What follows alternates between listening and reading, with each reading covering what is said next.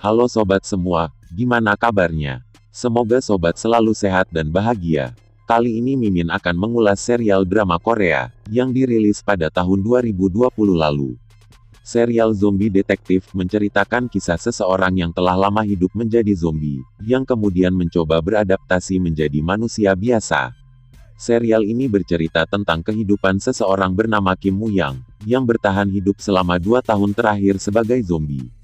Selama itu, ia selalu mengurung diri yang membuat hidupnya tidak nyaman lama-kelamaan. Ia pun memutuskan untuk kembali beradaptasi menjadi manusia, agar bisa menikmati kembali dunia luar. Nah, bagaimana dengan kelanjutan kisahnya?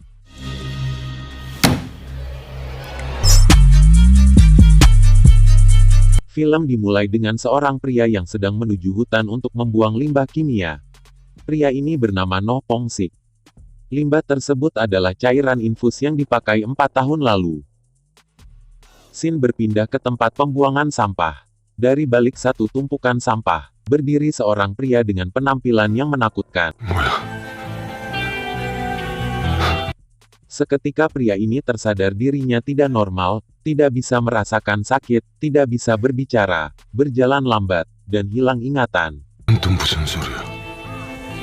Scene berpindah. Diperlihatkan seorang wanita yang sedang mengintai sebuah rumah. Wanita ini bernama Gong Sun-ji. Dia adalah seorang wartawan yang sedang menyelidiki kasus Sinterklas. Tapi karena handphonenya terjatuh, dia pun ketahuan oleh penghuni rumah. Seketika pemilik rumah melepaskan anjingnya, alhasil Sun-ji dan produsernya lari terbirit-birit.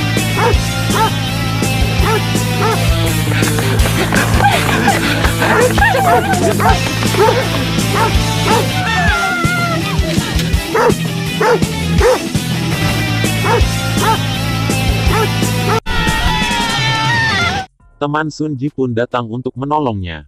Dia adalah seorang detektif yang bernama Cha Do-hyun, beserta paternya bernama Bae Yun-mi. Do-hyun pun berhasil menangkap pemilik rumah yang dicurigai sebagai Sinterklas, tapi dugaan Sun-ji salah. Pria itu bukan Sinterklas, melainkan hanya seorang pedofil. Sun-ji pun dimarahi oleh sutradaranya, karena gagal dan salah orang. Tapi Sun-ji malah kesal, dan menendang pusaka ayah pria tersebut hingga pingsan.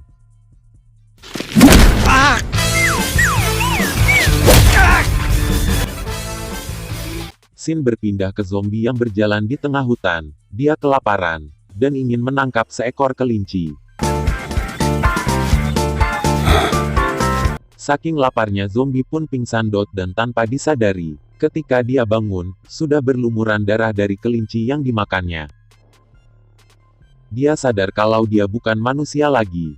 Dia pun memutuskan untuk terjun ke jurang, tapi di luar dugaan dia tidak mati dan masih hidup.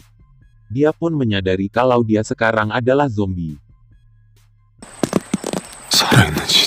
Scene berpindah ke kantor polisi. Si pedofil meminta keadilan.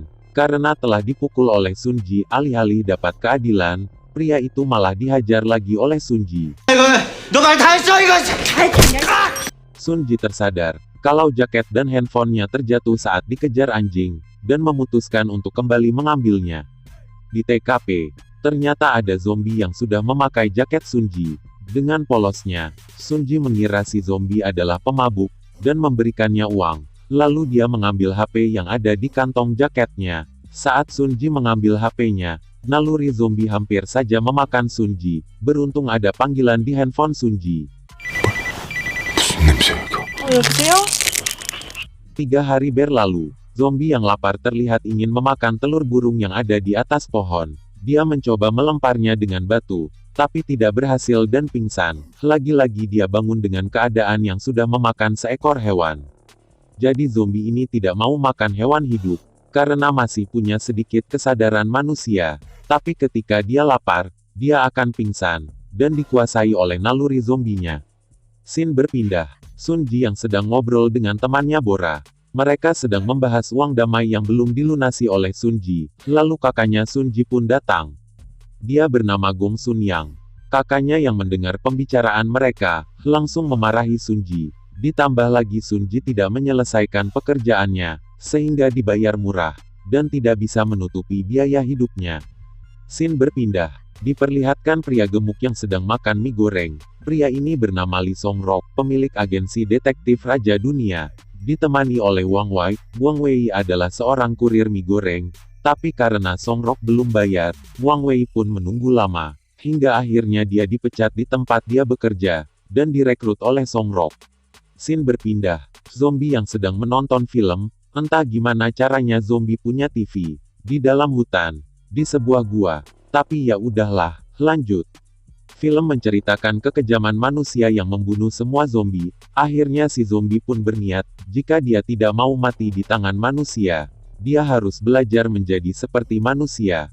Belajar berjalan, berbicara, dan lain sebagainya. Hari demi hari, bulan demi bulan dan 1 tahun pun berlalu, zombie akhirnya berhasil melakukan apapun yang dilakukan manusia. Dan episode 1 pun berakhir.